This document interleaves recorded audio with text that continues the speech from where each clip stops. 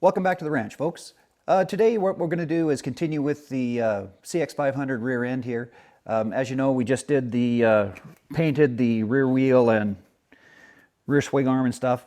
And today the plan is to do just a quick and dirty, and I mean quick and dirty, mod on the rear fender.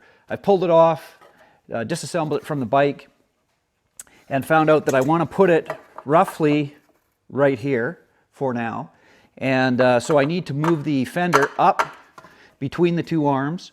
So what we're going to do is cut it off. Actually, we're going to weld in, clean it up, weld in a couple of big washers in here first to bolt to, trim it off so it fits inside, move it up in there, do a quick and dirty hook up here for my lights, and that's about it. It's going to be pretty simple, pretty dirty, but it's going to be fun. Stick around. First thing we need to do is strip this down, take the wires out of it, clean it all up in here, and then I'll come up with a couple of washers to weld in here, and then we'll cut it off the right distance to be in the center of the two rear supports. Eventually I'll put a full hoop on it like most of the cafe racers and scramblers, but for now, like I said, quick and dirty, get this fender shortened up, get it painted, get it on so I can ride it this summer. So let's get this ripped apart.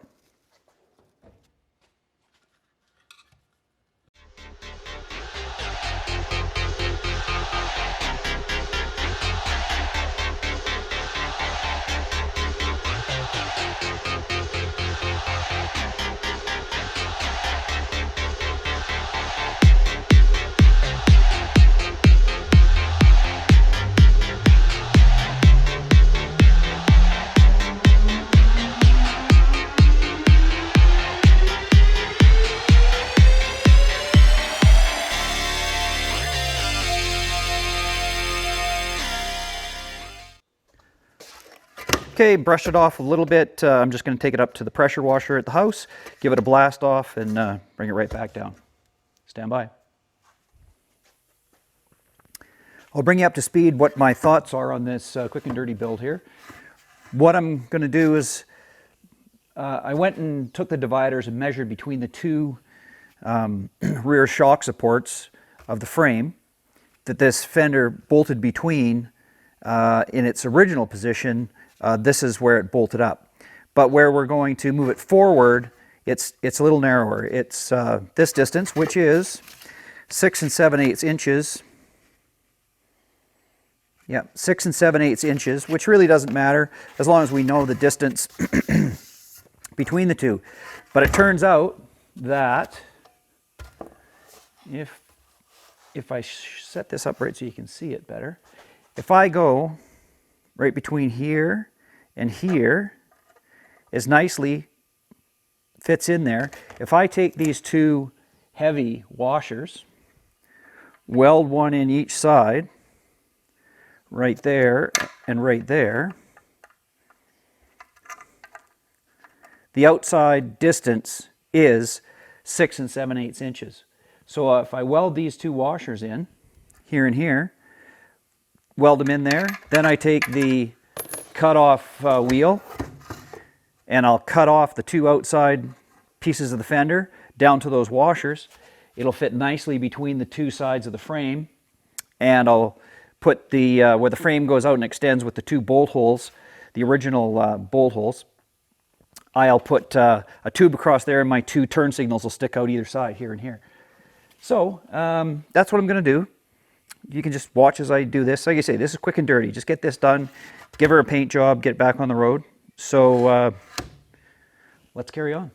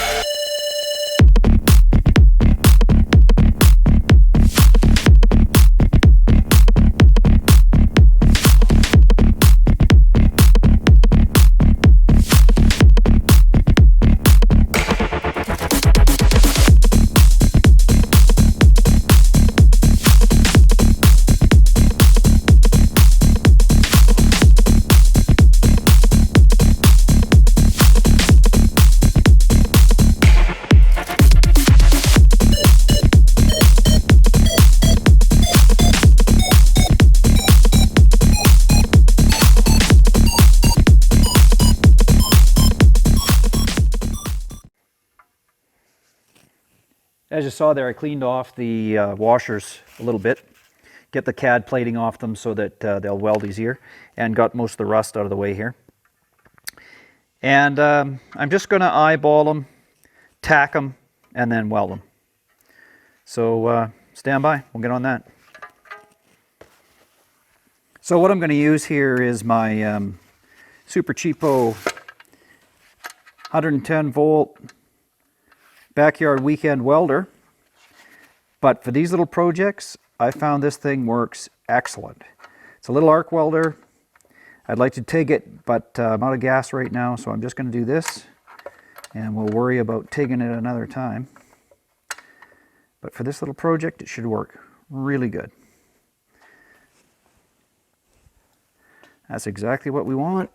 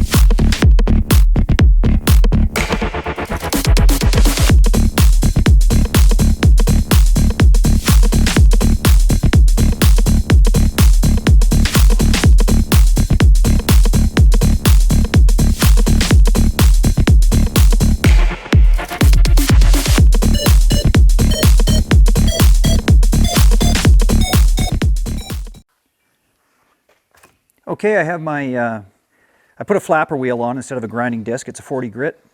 It fits very nice in between my fender there. I can put a nice little washer here and here to line it up, and it'll fit in there beautifully. So I'm just going to clean off all the junk here. You won't see any of this stuff anyway, but it's buried, but we're going to clean it up, make it look as good as we can. Hang on.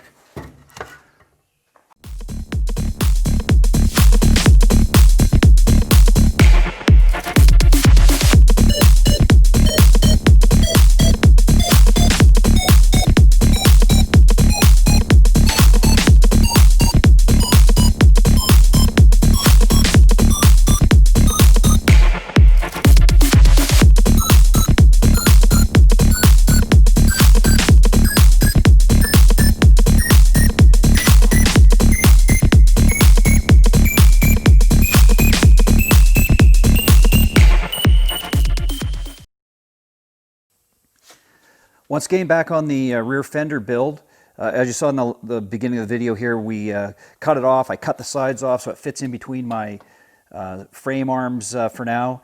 Eventually, this will come off and we'll put a hoop on it. This is my dirty build for the summer. Get it moving, bit of a, you know, just get her going. Anyway, this is going to go up in here. Here, get my hand over here so you can see it better. I just need to adjust, you know, angle, get the angle right, up, down, height, get that figured out, then figure out where my holes are going to be to bolt the fender on. My intent at this moment in time is to drill the holes from the inside out and just tap them on the inside edges so we don't have anything coming through on this side. It's just a little fender. I'll put a support at this, the front end to keep it from pivoting at all, and that should be fine. Back here, I'm going to put the lights, turn signals on these old positions here, sticking out. I'm going to put a tube straight across here just to finish it off here a little bit for now. Going to use the old seat for now. It's going to look pretty sketchy, but whatever. Use that for now. I'll do a whole new seat build. Bunch of videos, put that up. I painted the tank, and I don't know whether or not I have the video for that. I may have done a complete rookie mistake and removed it, deleted it. Anyways, tank's painted the same as the front fender. Got my new decals yesterday, put them on the side of the tank, and I'm going to clear coat it later today. So I'll show you that clear coating, and then that tank will be ready to go tomorrow.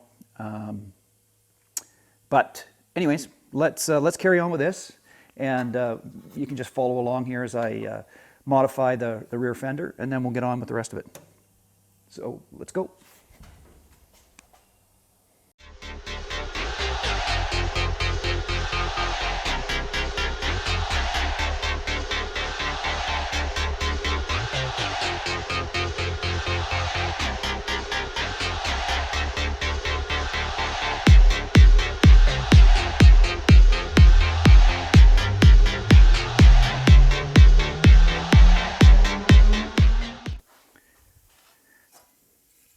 This is a piece of 4130 chromoly steel tube, 3/4 inch diameter, and I'm just going to put that on the inside here.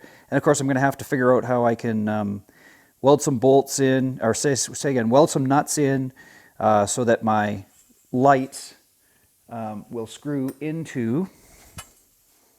Here we go. So that my lights will screw into the end of the tubes, be captured by the nuts, and it'll all just look seamless, like it's part of the bike. So anyway, I'll just get on that and keep watching.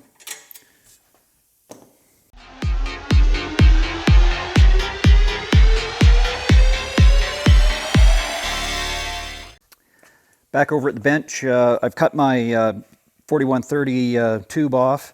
Just took it on the disc grinder and squared it off. My lathe's not set up yet. That's going to be a whole nother video as well. I bought another lathe, which I'm going to have to put a new motor on. I don't have 3-phase power here. Anyways, that's a whole nother setup. Anyways, this is cut. It fits inside the two arms of the frame very nicely. My idea is to put this through the frame and into the tube, lights on either side, paint this black, and then my fender will come on right underneath it. So I want to get this done before I try to fit the fender. I want it to sit right underneath here, and possibly even just weld a tab on and put a screw in. I've got to drill a hole in here to bring my wires out to hook up. So we'll do that. We'll drill the hole and carry on. Find a couple of nuts that we can weld into the ends of the 4130, just with a couple little rosette welds. Drill a couple of holes, a couple of tacks, and that'll hold that in place.